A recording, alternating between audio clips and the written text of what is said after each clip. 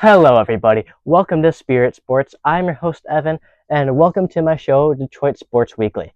This is a show where I talk about the news, events, and general sports actions surrounding and related to, and that's relevant to professional sports teams in Detroit.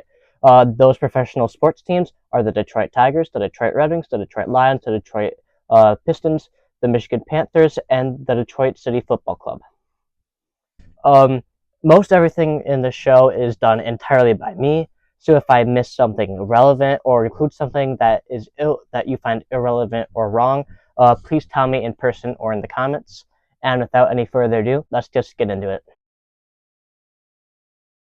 25 years in the making. So the Red Wings quarter century team has been revealed.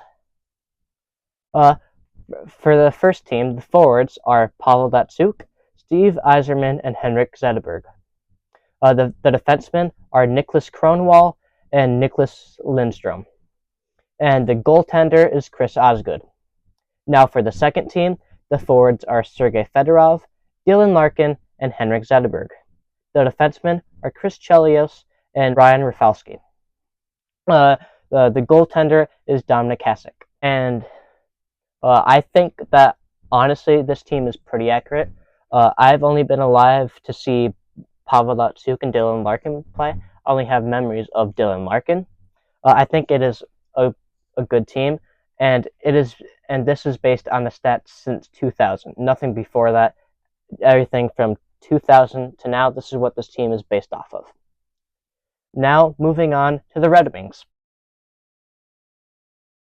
In the last week, the Red Wings are 1-1, barely outscoring their opponents 5-4, after a 2-1 overtime loss to the Philadelphia Flyers and a 4-2 win over the Montreal Canadiens. And now for my stars of the week. So my third star, with 2 points, both being assists, Lucas Raymond. My second star, with 2 points, again, with both being assists, Moritz Seider. Then my first star for the week, with 3 points, 1 goal, and 2 assists, Dylan Larkin. And I picked Moritz Seider over Lucas Raymond for my second star because Moritz Seider had both of his assists in the win, and I had nothing else to go off of. And then my honorable mention for this week, with 1 point, it being a goal, was Andrew Kopp. And his goal was a shorthanded goal and the game-winning goal over the Canadiens. With a record of 22, 21, and 5, the Wings are currently 4 points out of the wildcard spot. Now moving on to the Detroit Pistons. So the Detroit Pistons are 2-0 in the last week, outscoring their opponents 221-200 after a 107-96 win against the Houston Rockets and a 114-104 win over the Atlanta Hawks. And here are my stars of the week for the Pistons. My third star with 30 points is Jalen Duren. My second star with 36 points is Malik Beasley. My first star with 61 points is Cade Cunningham. And my honorable mention with 27 points is Asar Thompson. And with a record of 23-21, the Pistons hold the 6th seed in the Eastern Conference, putting them firmly into the playoffs. And as of now, they would face the 29-16 New York Knicks in the first round of actual playoffs. Now moving on to the Detroit Lions. On January 21st, the now former Lions offensive coordinator Ben Johnson became the head coach of the Chicago Bears. I think that with the offense that he ran, nobody knows if it was Dan Campbell, the talent on offense, or Ben Johnson being the reason for the Lions offense being as good as it is. But if it was Ben Johnson with his play calls, with how they worked out, I know it's the Bears. I know they're not as good as the Lions for many reasons. But if Ben Johnson can at least replicate some of his success, I could see it scares me, but I could see the Bears being a pretty good team in the near future once Ben Johnson gets things figured out. And then the next day, on January 22nd, the now former Lions defensive coordinator Aaron Glenn became the head coach of the New Jersey Jets. Aaron Glenn, he did masterful this season on defense. I mean, with people you have never heard of unless like you know of them or something weird, with people you probably have never heard of, he made a defense that should not have been good in any way, shape, or form decent, going on good. Of course, they had their secondary for the like a lot of their secondary for most of the season, but they were missing linebackers throughout the season. They were missing their defensive linemen, like they were missing Aiden Hutchinson, Alex Anzalone. They were even missing Carlton Davis, their top cornerback, towards the end of the season. And still, with all these injuries, they still found a way to keep winning and keep allowing the scoring down, even in the NFC divisional game, because the defense itself didn't give up many points. A lo- the Some of the key points that the Commanders scored were off of Lions turnovers that were immediately scored, and the defense couldn't do anything about it. On January 23rd, Lions GM Brad Holmes was named the NFL Executive of the Year by the Pro Football Writers Association for the second year in a row. I wholeheartedly agree with this. I might be a little biased, but I agree because it's just the job he has done. Him, Dan Campbell, the whole front office, they've done a terrific job. They've got guys. I'll list them here. The list by itself would be too long to just put on the video, so I'll read off my computer here. So Holmes has drafted Penei Sewell, Ali McNeil, Amon-Ra St. Brown, Derek Barnes, Aiden Hutchinson, Jameson Williams, Kirby Joseph, Jahmyr Gibbs, Jack Campbell, Sam Laporta, Brian Branch, and Terrion Arnold. They've gotten so many guys through the draft that are starters. They're good. So many that are doubted upon when Brad Holmes drafts them. So I do not think the Lions' window is closing anytime soon, especially if Brad Holmes keeps doing what Brad Holmes is doing. On the same day as that, we have some almost awards, is what I call them. So on that same day of January 23rd, Jared Goff was named as an MVP finalist.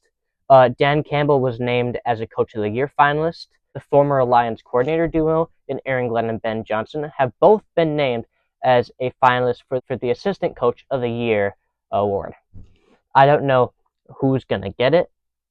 I don't really know who all that much deserves it more than others. I don't think Jared Goff is going to get MVP because we have Josh Allen, we have Lamar Jackson, we have so many good players that are also for MVP. For Coach of the Year and Dan Campbell, it's a little different. I think he may have been kind of robbed the last few years because he's done an amazing job turning the Lions from like the same old Lions to just the Lions are the powerhouse they are today. I don't know if he's going to win it, especially with what Kevin O'Connell's done and what Dan Quinn's done over the Commanders. I don't know. Then Aaron Glenn and Ben Johnson. I really think Aaron Glenn should win Assistant Coach of the Year because, I mean, he had people you've never heard of playing defense, and they were still not allowing that many points, especially considering what they should have been giving up and the teams they played. It's incredible what he did. Ben Johnson, I don't think he's going to get it.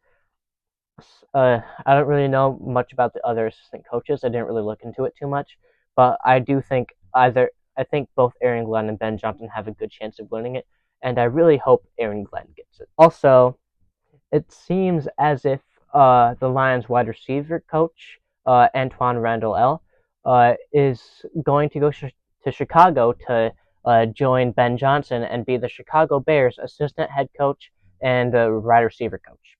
Now for the Detroit Tigers. The Tigers are still seen as a very real option for a two-time All-Star, one-time All-Star Game MVP, two-time World Series champion, 2024 Gold Glove winner, and 2019 Silver Slugger Award winner. Who could that player be? That player is third baseman Alex Bregman.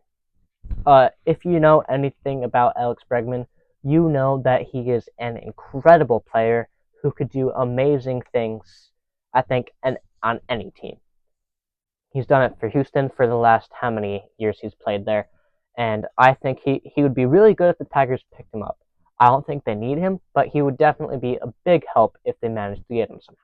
And then uh, I just saw randomly that that a 2024 World Series winning pitcher Jack Flaherty has shown interest in reuniting with the Tigers. Through 18 games, the 29-year-old was 7-5 with a 2.95 ERA, 133 strikeouts, and 19 walks. Those were his stats with the Tigers.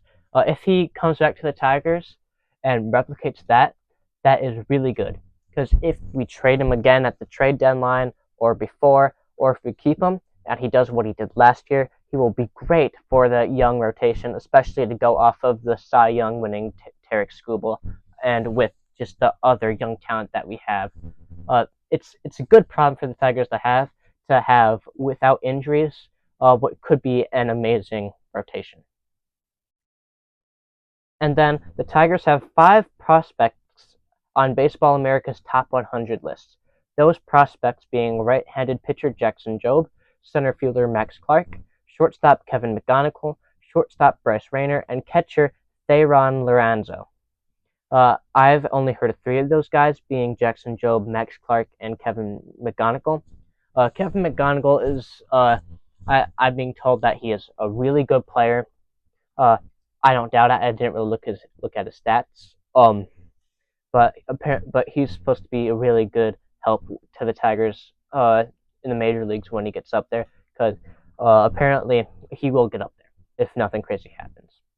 Max Clark, he's really young. He just got drafted not long ago by the Tigers, and he's on track to get up to the major league level pretty quickly, and I can't wait to see him there because he's just gonna make this already good outfield room really good if it's still one, as good as it is today, and two, if Max Clark plays as well as a lot of people know he can.